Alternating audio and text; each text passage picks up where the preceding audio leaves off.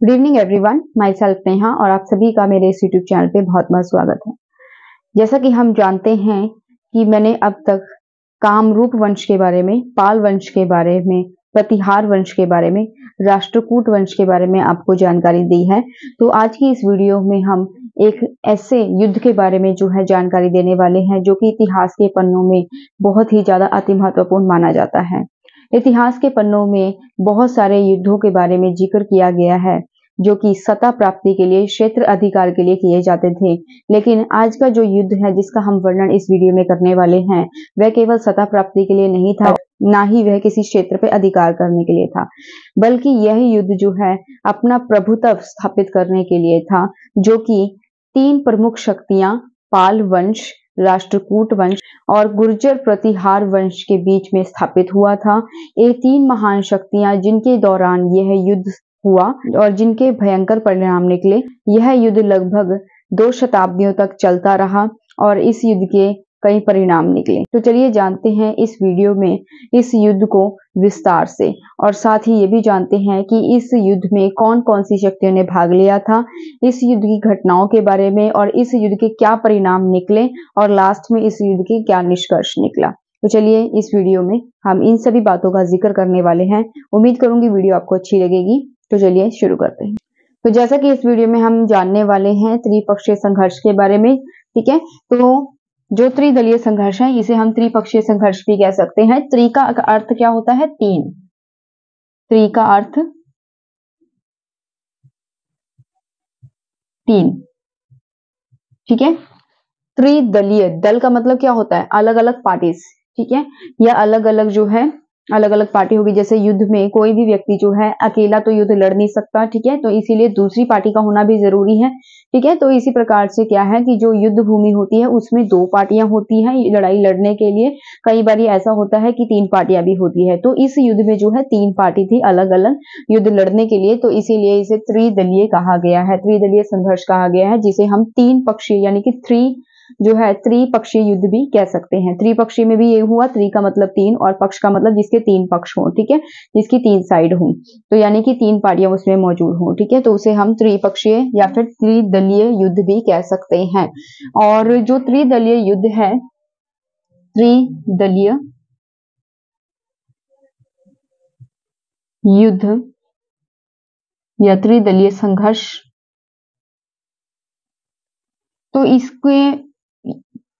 तो इस युद्ध में जो है 3 प्रमुख शक्तियों ने हिस्सा लिया, जैसे गुर्जर प्रतिहार,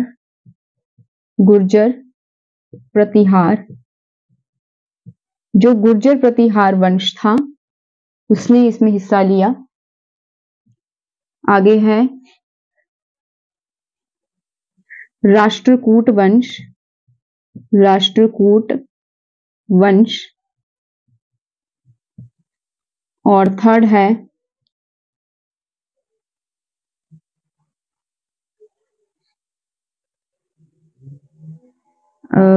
पाल वंश। तो ये 3 प्रमुख शक्तियां थी, गुर्जर प्रतिहार, राष्ट्रकूट वंश और पाल वंश, जिन्होंने इस युद्ध में जो है हिस्सा लिया था, ठीक है। और ये 3 जो मतलब वंश हैं, इन्होंने इस युद्ध में क्यों हिस्सा लिया था? इसका कारण क्या था? कनौज पर अधिकार करना, कनौज पर अधिकार,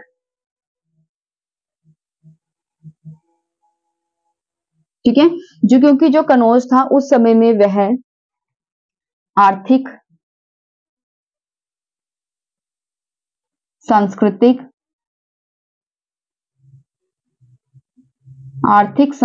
तथा राजनीतिक दृष्टि से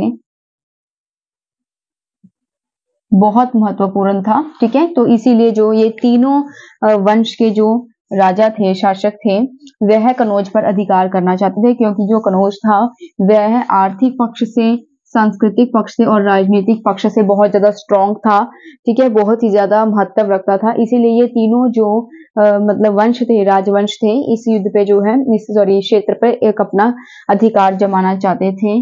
और ये जो युद्ध था ये लगभग 2 सदी तक चलता रहा, यानी ये युद्ध जो है 8वीं शताब्दी से 10वीं शताब्दी तक चलता रहा।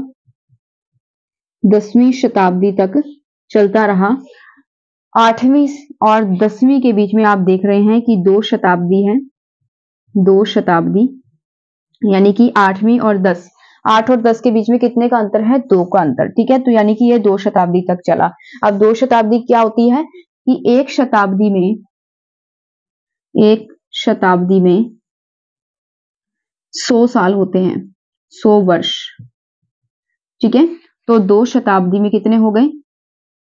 2 शताब्दी में कितने वर्ष हो गए? 200 वर्ष। और ये युद्ध जो है 2 शताब्दी तक चला था, ठीक है। तो कितने साल हो गए इसमें?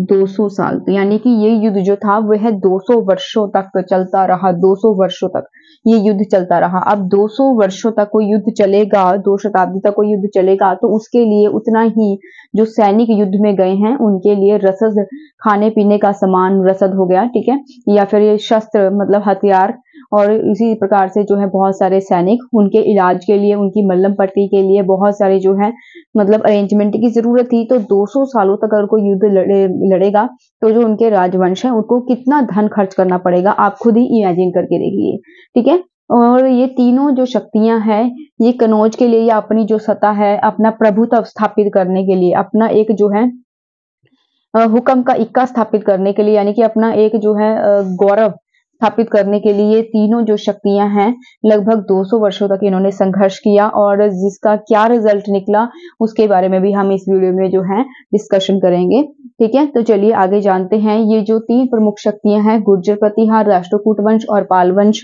इसके बारे में हम थोड़ा थोड़ा पढ़ लेते हैं। लेकिन आपको फिर भी अगर इन 3 शक्तियों के बारे में डिटेल में जानना है तो मैंने पहले से ही अपने चैनल पर इनकी जो है वीडियो अपलोड की हुई है, आप जाकर देख सकते हैं। गुर्जर प्रतिहार वंश के बारे में भी, राष्ट्रकूट वंश के बारे में भी और पाल वंश के बारे में भी, ठीक है। और इस वीडियो में हम थोड़ा सा इनके बारे में थोड़ा सा पढ़ लेते हैं। उसके बाद हम जो है पढ़ेंगे इस वंश उसके बाद हम पढ़ेंगे इसके अंतर्गत कौन सी घटनाएं हुई थी। तो जैसा कि हम जानते हैं कि जो त्रिदलीय संघर्ष था उसमें 3 राजवंशों ने भाग लिया था, और अब हम उन 3 राजवंशों के बारे में थोड़ी थोड़ी जानकारी ले लेते हैं। सबसे पहले है गुर्जर प्रतिहार, गुर्जर प्रतिहार,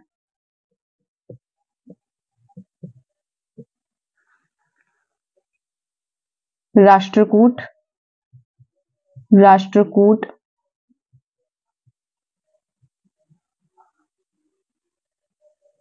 और यहां पर है हमारे पास पाल वंश, पाल वंश। अब जो गुर्जर प्रतिहार राजवंश है, गुर्जर प्रतिहार राजवंश, ठीक है, ये राजवंश जो है यह पश्चिमी तथा मध्य भारत में ये राजवंश जो है शक्तिशाली हुआ। इसके संस्थापक थे नागभट्ट, नागभट्ट इस वंश के संस्थापक थे, संस्थापक। और मेहर भोज जो कि इस वंश का अन्य शासक है, मेहर भोज ने इस वंश को शक्ति प्रदान की, शक्ति प्रदान की,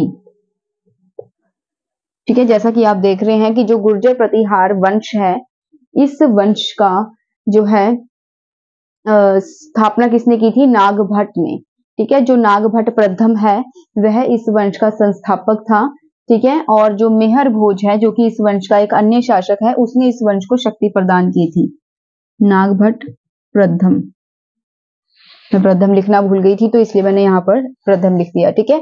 जो गुर्जर प्रतिहार वंश है यह पश्चिम और मध्य भारत में जो है स्थापित हुआ था। नागभट्ट प्रथम जो है इस वंश का संस्थापक है जिसने गुर्जर प्रतिहार वंश की स्थापना की थी। मेहर भोज इस वंश का एक अन्य शासक है जिसने के समय में जो है यह वंश और भी ज्यादा शक्तिशाली हो गया, ठीक है। इसके बाद जो है ये राजवंश, इन्होंने अपने समय में अरब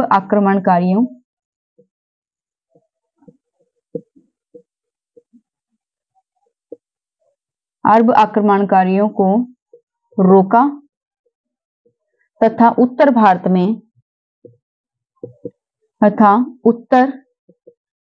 में अपनी पकड़ मजबूत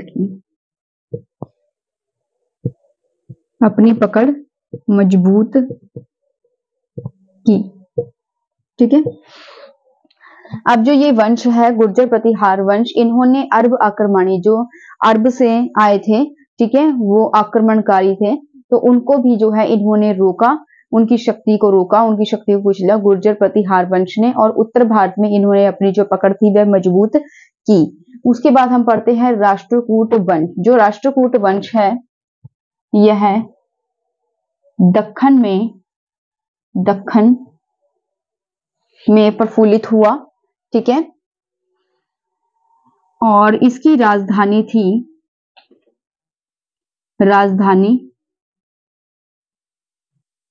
मान्यखेत,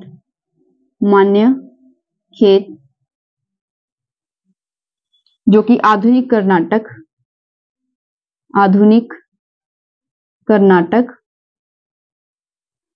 में स्थापित थी। ठीक है। उसके बाद है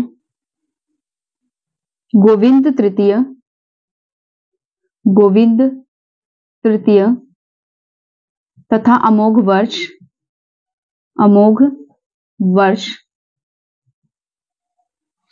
गोविंद तृतीय तथा अमोघ वर्ष जैसे शासकों ने जो है उत्तरी भारत में हस्तक्षेप किया तथा राष्ट्रकूट वंश के जो शासक थे इन्होंने राष्ट्रकूट वंश के शासकों ने कनौज पर अधिकार जमाने की कोशिश की।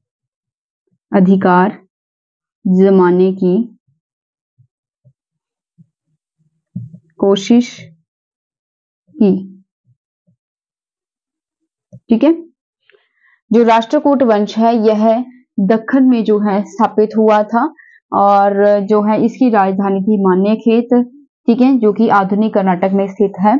गोविंद तृतीय और अमोघ वर्ष जैसे प्रमुख जो शासक थे इस राजवंश के, उन्होंने उत्तरी भारत में भी हस्तक्षेप किया, और राष्ट्रकूट वंश के जो शासक थे इन्होंने कनौज पर अधिकार जमाने की भी कोशिश की थी। जो मैंने राष्ट्रकूट वंश की जो वीडियो अपलोड की हुई है, ठीक है, आप जाकर उसमें देख सकते हो, उसमें डिटेल में मैंने आपको जानकारी दी हुई है। उसके बाद हम बात करते हैं पाल वंश की। जो पाल वंश है यह वंश पूर्वी भारत खासकर बंगाल और बिहार में स्थापित हुआ था। धर्मपाल और देवपाल इस वंश के प्रमुख शासक थे।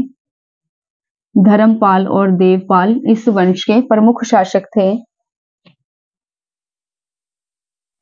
पाल शासकों ने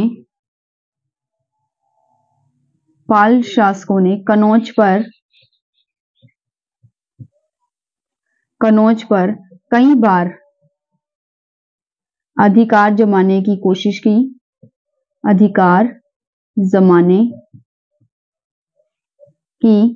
कोशिश की और इसे जीता भी।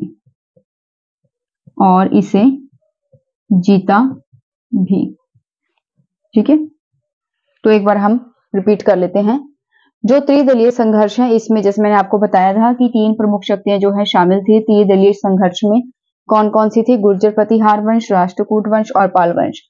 अब जो गुर्जर प्रतिहार वंश है यह पश्चिम और मध्य भारत में स्थापित हुआ था। इसका प्रथम शासक था नागभट्ट प्रथम, जो कि इस वंश का संस्थापक था। इस वंश को उसने स्थापित किया था, ठीक है, शुरू किया था।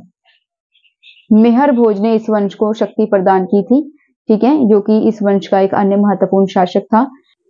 इसी के साथ ही जो गुर्जर प्रतिहार वंश थे, इन्होंने अपने समय में जो अरब आक्रमणकारी थे, ठीक है, जो अरब से आए थे आक्रमणकारी, उनको भी इन्होंने रोका और उत्तर भारत में अपनी जो पकड़ है मजबूत की, उत्तर भारत में अपनी सत्ता जो है स्थापित की। उसके बाद बात करते हैं राष्ट्रकूट वंश की। राष्ट्रकूट वंश के जो शासक थे, यह वंश जो है दक्कन में स्थापित हुआ था। इसकी राजधानी थी मान्यखेत, ठीक है, और ये जो कि आधुनिक कर्नाटक राज्य में स्थित है।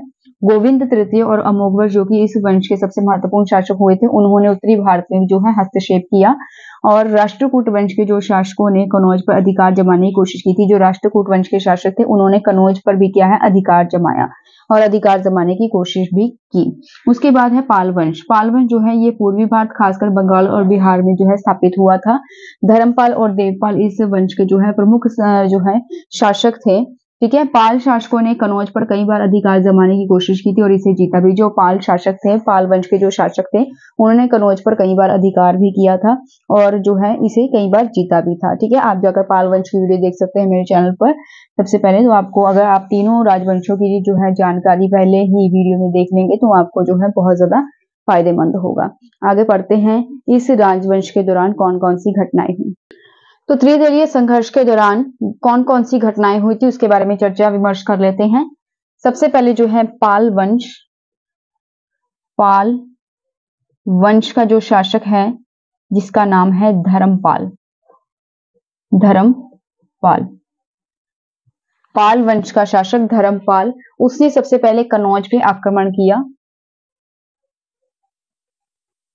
कनौज पर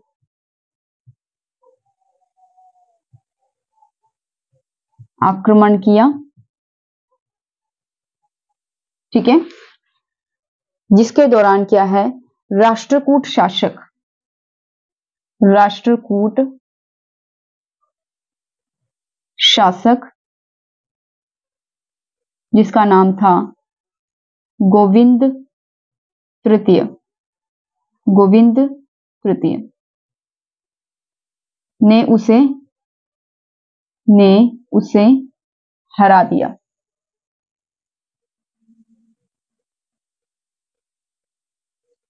सबसे पहले तो जो धर्मपाल है, जो कि पाल वंश का शासक है, उसने जो है कनौज पे आक्रमण किया, क्योंकि ये जो थे ये किसके लिए जो है युद्ध लड़ रहे थे, जो तीन राजवंश थे कनौज के लिए, क्योंकि कनौज उस समय जो है सांस्कृतिक दृष्टि से, आर्थिक दृष्टि से और राजनीतिक दृष्टि से बहुत ही ज्यादा महत्वपूर्ण राज्य था। इसीलिए जो है ये तीनों जो पक्ष के जो वंश थे ये कनौज के लिए आक्रमण कर रहे थे। तो सबसे पहले जो पाल वंश का राजा है जिसका नाम है धर्मपाल, उसने कनौज पे अधिकार किया, आक्रमण किया, जिसके दौरान जो राष्ट्रकूट शासक है जिसका नाम है गोविंद तृतीय, तो उसने जो है धर्मपाल को हरा दिया। उसके बाद गुर्जर प्रतिहार, गुर्जर प्रतिहार वंश का जो शासक है जिसका नाम है नागभट्ट द्वितीय, नागभट्ट द्वितीय, ठीक है। जो नागभट्ट द्वितीय है, जो कि गुर्जर प्रतिहार वंश का राजा है, उसने राष्ट्रकूट राष्ट्रकूट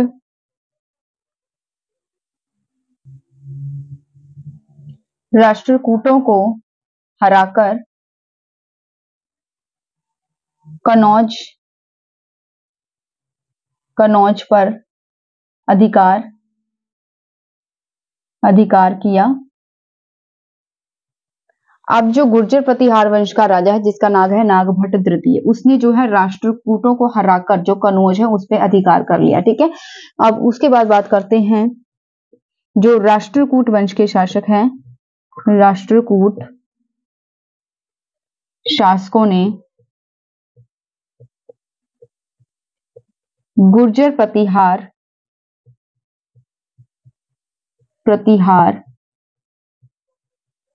वंश के शासकों ने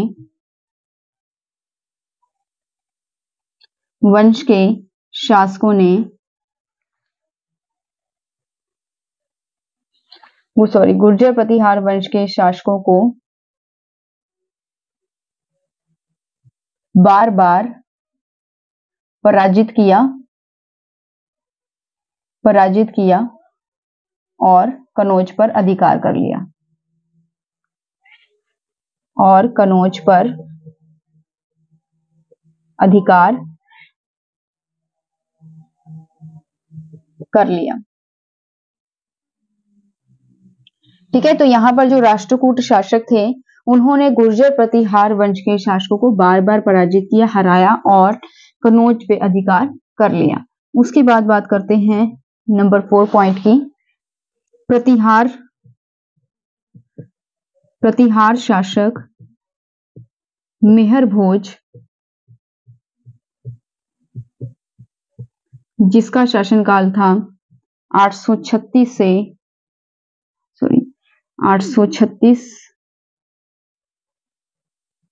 से 885 ईस्वी। ठीक है, प्रतिहार शासक मेहर भोज ने फिर से जो है कनौज पर अधिकार कर लिया, कनौज पर अधिकार कर लिया और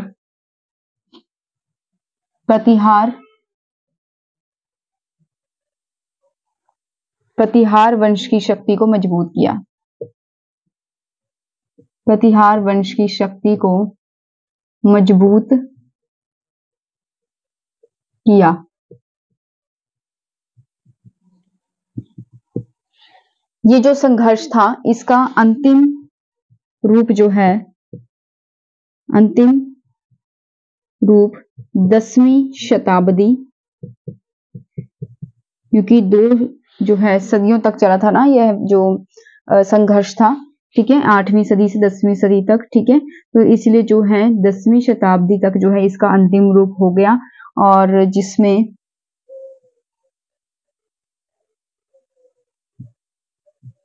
जब राष्ट्रकूटों का पतन होने लगा तथा पाल वंश कमजोर हो गया। एक बार रिपीट कर लेते हैं। त्रिदलीय संघर्ष की जो घटनाएं हैं, त्रिदलीय संघर्ष के दौरान कौन कौन सी घटनाएं हुई थी उसके बारे में हम पढ़ लेते हैं। तो जो पाल वंश का एक शासक है जिसका नाम है धर्मपाल, उसने कनौज पे सबसे पहले आक्रमण किया कनौज पे अधिकार करने के लिए। ठीक है, लेकिन जो राष्ट्रकूट शासक है जिसका नाम है गोविंद तृतीय, उसने धर्मपाल को हरा दिया युद्ध में, और राष्ट्रकूट वंश के जो शासक हैं उन्होंने कनौज पर अधिकार कर लिया। अब जो गुर्जर प्रतिहार वंश के शासक हैं जिसका नाम है एक नागभट्ट द्वितीय, ठीक है, नागभट्ट द्वितीय उस शासक का नाम है, उसने राष्ट्रकूटों को हराकर, क्योंकि राष्ट्रकूटों ने यहाँ पर जो है उस पर अधिकार कर लिया कनौज पर। ठीक है, तो जो गुर्जर प्रतिहार वंश का शासक है नागभट्ट द्वितीय, उसने राष्ट्रकूटों को हराकर जो है कनौज पे अपना अधिकार कर लिया। अब जो कनौज है वो किसके अंडर आ गया? गुर्जर प्रतिहार वंश के। ठीक है, अब जो राष्ट्रकूट वंश के जो शासक हैं उन्होंने गुर्जर प्रतिहार वंश के शासकों को बार बार युद्ध में पराजित किया और कनौज पर अपना अधिकार दोबारा से कर लिया। ठीक है, इसके बाद जो प्रतिहार वंश है, ठीक है, इसका एक शासक है जिसका नाम है मेहर भोज, जिसका शासनकाल है 836 से 885। इसने फिर से कनौज पे अधिकार किया और प्रतिहार वंश की जो शक्ति है उसे मजबूत कर लिया। ठीक है, अब अंतिम रूप से जो है इस युद्ध का अंतिम रूप कब हुआ? 10वीं शताब्दी में। ठीक है, जब राष्ट्रकूटों का पतन होने लगा और पाल वंश जो है कमजोर हो गया। ठीक है, तो जैसा कि मैंने आपको बताया था कि त्रिदलीय संघर्ष है जिसके दौरान जो है 3 राज्य जो हैं उनके बीच में युद्ध चल रहा है। किसके अंतर्गत? मतलब किसके कारण? कनौज के कारण। कभी जो है पाल वंश के शासक जो है कनौज पर अपना अधिकार करते हैं, कभी जो है गुर्जर प्रतिहार वंश के जो शासक है कनौज पर अपना अधिकार करते हैं, तो कभी जो राष्ट्रकूट वंश के शासक हैं वह कनौज पर अपना अधिकार करते हैं। लेकिन 10वीं शताब्दी के अंत तक जो है जब राष्ट्रकूटों का पतन होने लगा, ठीक है, धीरे धीरे उनकी सत्ता कमजोर होने लगी और पाल वंश भी धीरे धीरे कमजोर हो गया, तो इस युद्ध का जो है धीरे धीरे ये जो युद्ध है इसने अंतिम रूप ले लिया, यानी कि समाप्त होने लगा ये युद्ध। ठीक है, आगे पढ़ते हैं इस युद्ध के बारे में। आप जान लेते हैं इस वंश के जो है परिणामों के बारे में। नंबर 1 पे है उत्तर भारत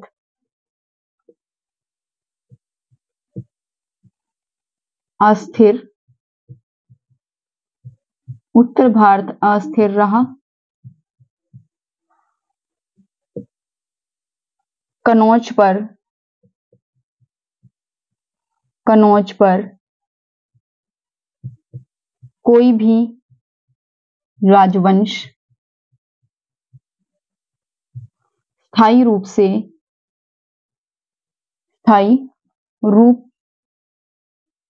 से अधिकार नहीं कर पाया।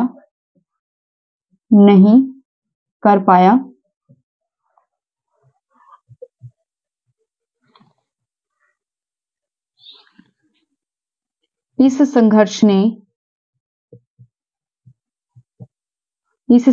ने महमूद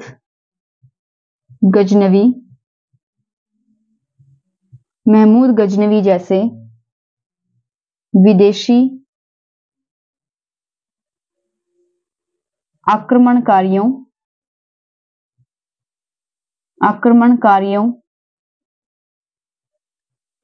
के लिए मार्ग प्रशस्त किया।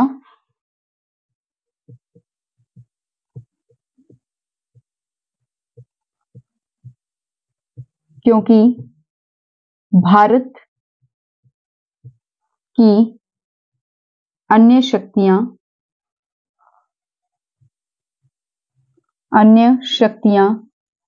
आपसी युद्ध में उलझी हुई थी।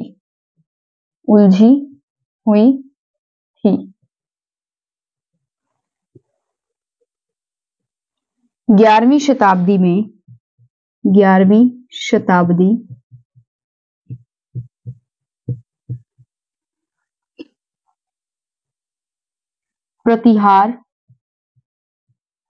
प्रतिहार वंश का पतन हो गया, जिससे कनौज पर नई शक्तियों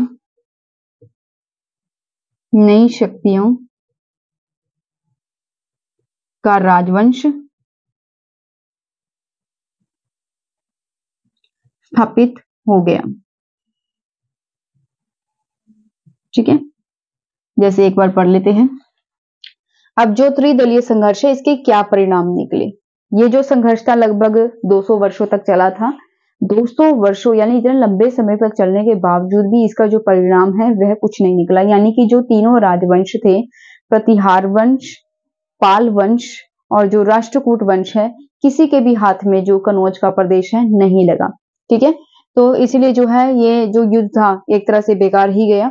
उत्तर भारत जो है अस्थिर रहा, मतलब उत्तर भारत में स्थिति है जो वह कभी भी शांत नहीं रही, क्योंकि ये जो तीनों राजवंश थे यह युद्ध लड़ते रहते थे। ठीक है, कनौज के ऊपर, कनौज के लिए। सेकंड है, कनौज पर कोई भी राजवंश स्थायी रूप से अधिकार जो है नहीं कर पाया। जो कनौज है उस पर कोई भी राजवंश, जैसे कि ये 3 राजवंश है जो कि कनौज की सत्ता के लिए जो है आपस में भिड़े हुए थे, लड़ाई कर रहे थे। ठीक है, तो कनौज पर कोई भी राजवंश जो है पक्की तौर पर या स्थायी रूप से अधिकार स्थापित नहीं कर पाया। कभी जो गुर्जर प्रतिहार वंश के शासकों ने इस पर राज्य कर लिया, कभी राष्ट्रकूट वंशकों ने जो है अधिकार कर लिया, तो कभी जो है पाल वंश के शासकों ने अधिकार कर लिया। ठीक है, मतलब परमानेंट जो है स्थायी रूप से जो है किसी ने भी इस पर अधिकार नहीं किया। इस संघर्ष ने महमूद गजनवी जैसे विदेशी आक्रमणकारियों के लिए जो है मार्ग प्रशस्त किया, क्योंकि भारत की अन्य शक्तियां आपसी युद्ध में उलझी हुई थी। भारत की जो शक्तियां थी, यानी भारत के जो राजवंश थे, वह कनौज के लिए ही आपस में उलझे हुए थे। इसके दौरान जो विदेशी हमलावर थे, जैसे कि महमूद गजनवी जैसे विदेशी हमलावर है, उन्हें जो है भारत में अटैक करने का मौका मिल गया। ठीक है, क्योंकि जो भारत की जो अन्य शक्तियां हैं वो खुद ही आपस में जो है उलझी पड़ी है, लड़ाई उनकी छिड़ी पड़ी है। ठीक है, तो इसी कमजोरी का फायदा उठाकर जो है महमूद गजनवी ने जो है भारत पर आक्रमण कर दिया। ठीक है, 11वीं शताब्दी में प्रतिहार वंश का पतन हो गया। जैसे हमने पीछे पढ़ा था कि जो राष्ट्रकूट वंश है उसका भी जो है पतन होने लगा और जो पाल वंश है वो भी धीरे धीरे कमजोर हो गया था। तो 11वीं शताब्दी में जो है प्रतिहार वंश जो है उसका भी पतन जो है हो गया, जिससे कनौज पर जो है नई शक्तियों का राजवंश स्थापित हो गया। मतलब कनौज पर जो है अब जो नई राजवंश की जो नई शक्तियां स्थापित हुई थी उन्होंने जो है अपनी सत्ता स्थापित कर ली। अब बात करते हैं निष्कर्ष की, कि इसका क्या निष्कर्ष निकला। निष्कर्ष, अब जो इसका क्या निष्कर्ष निकला कि जो इसमें त्रिपक्षीय जो शक्तियां थी जो आपस में भिड़ी हुई थी कनौज के लिए, ठीक है, तो जिसके कारण जो है निरंतर युद्ध होता रहता था, जिसके कारण उत्तर भारत की स्थिति कमजोर हो गई। उत्तर भारत की स्थिति कमजोर हो गई, जिससे कई मुस्लिम और विदेशी आक्रमणकारी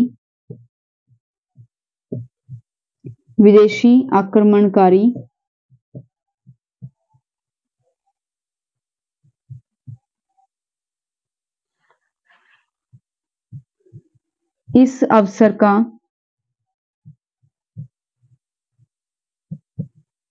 फायदा उठाकर भारत पर आक्रमण किया। ठीक है, तो इसका निष्कर्ष क्या निकला लास्ट में कि उत्तर भारत की स्थिति कमजोर हो गई क्योंकि निरंतर युद्ध होता रहता था। ये जो तीन राजवंश से आपस में भिड़े पड़े थे कनौज के लिए, ठीक है, तो उत्तर भारत की जो स्थिति वो कमजोर हो गई, निरंतर युद्ध चलते रहते थे। उसके बाद है इस स्थिति का लाभ उठाकर युद्ध का मतलब जो भारत के अंदर जो महान राजवंश है वह खुद ही जो है आपस में भिड़े हुए हैं, लड़ाई उन्होंने जंग छिड़ी हुई है। तो इस मौके का फायदा उठाकर जो मुस्लिम और जो विदेशी हमलावर थे उन्होंने इस बात का फायदा उठाया और उन्होंने भारत पर भी जो है आक्रमण कर दिया। तो आज की वीडियो में सिर्फ इतना ही। आपको वीडियो ये कैसी लगी है मुझे कमेंट सेक्शन में जरूर लिखिएगा। वीडियो अच्छी लगी हो तो चैनल को सब्सक्राइब, लाइक और शेयर करना मत भूलिएगा और जुड़े रहिए मेरे चैनल के साथ और मेरे साथ ताकि इसी प्रकार के अन्य इंपॉर्टेंट कंटेंट आपको मिलते रहें। धन्यवाद।